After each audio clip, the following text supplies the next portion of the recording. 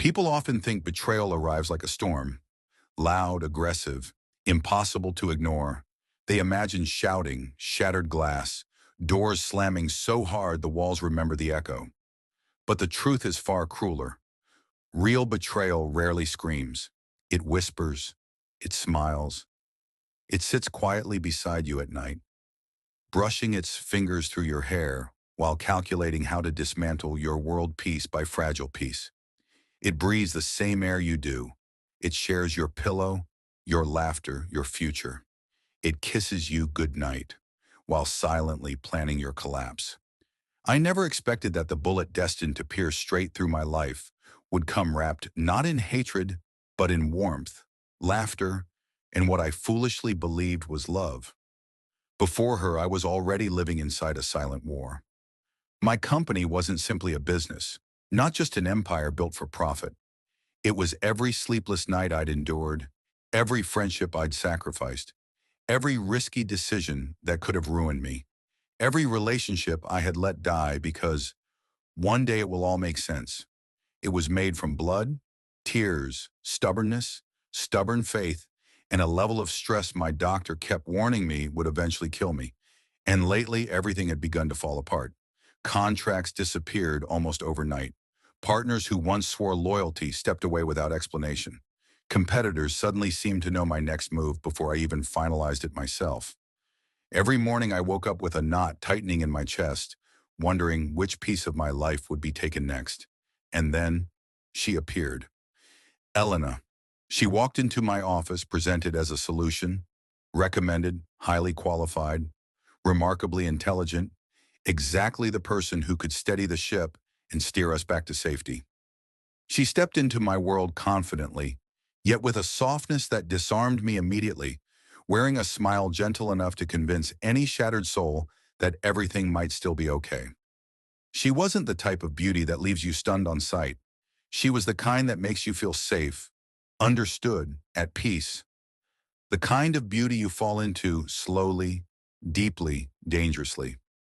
She listened to me speak about the company not as a consultant analyzing data, but as someone genuinely invested in my fears, my exhaustion, and the unbearable weight I carried on my shoulders. She stayed late. So did I. And somehow, late nights in the office no longer felt like a battlefield. They felt like refuge.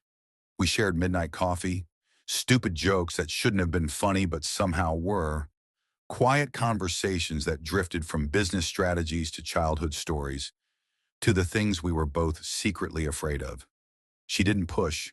She didn't rush. She simply existed beside me, slowly filling the empty spaces in my life without me even realizing it was happening. And then she slipped past the final wall, into my routines, into my heart, into my future. I married her. People envied me. They called me lucky. They said I had one life, a successful CEO with a brilliant, supportive, loving wife who seemed to understand him better than anyone ever had. For the first time in years, I exhaled. I slept better. I dared to believe things were finally improving. I didn't realize that the reason everything seemed stable was because the person orchestrating my downfall now lived under my roof.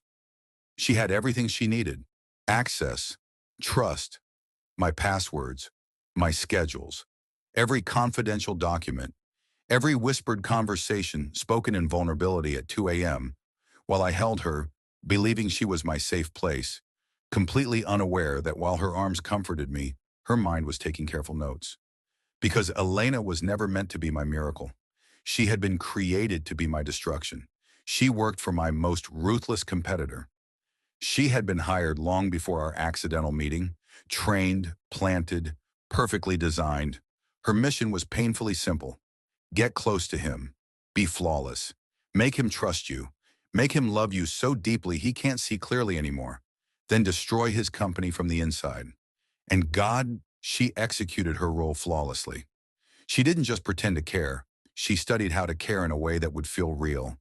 Every expression, every reassuring smile, every perfectly timed "I believe in you" was a calculated move. Even her affection had purpose. Every kiss wasn't intimacy, it was strategy. And it worked. I trusted her more than my executives. more than my board, more than myself. Then something in the perfect plan went wrong. Not for me, for them, because somewhere in the space between her lies and her manipulation, something unexpected happened. She fell in love. Not strategically, not intentionally, genuinely, painfully, helplessly, and that single human mistake destroyed everything. She hesitated. She delayed sending files. She stalled their requests. She protected what she was supposed to ruin. They warned her. They pressured her.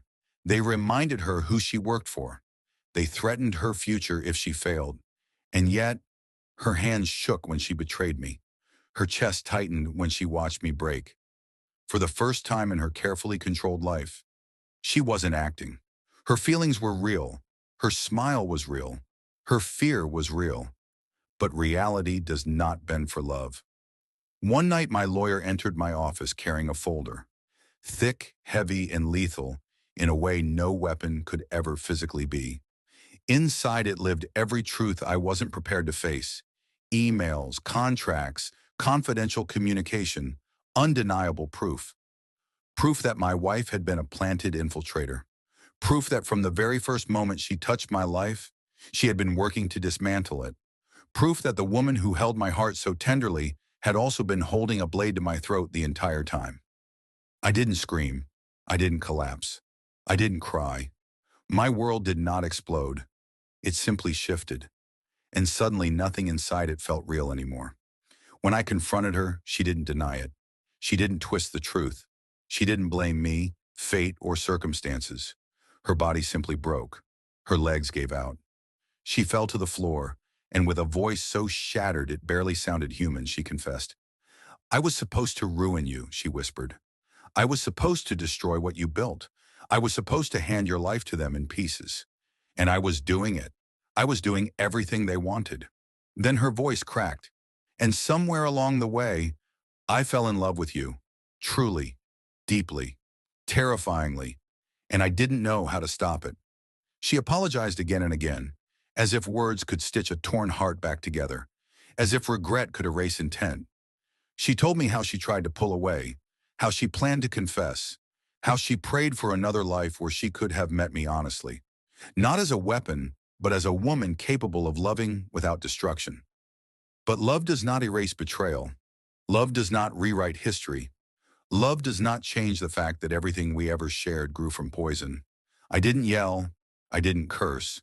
I simply looked at the woman I loved and realized I didn't know her at all. Was anything real? Any laugh? Any moment? Any "I love you"? Or was everything just performance? In the end, I didn't destroy her career. I didn't publicly humiliate her. I didn't send her to prison, though I had enough power to end everything she had left. I simply walked away. Silence became the punishment, and silence is permanent.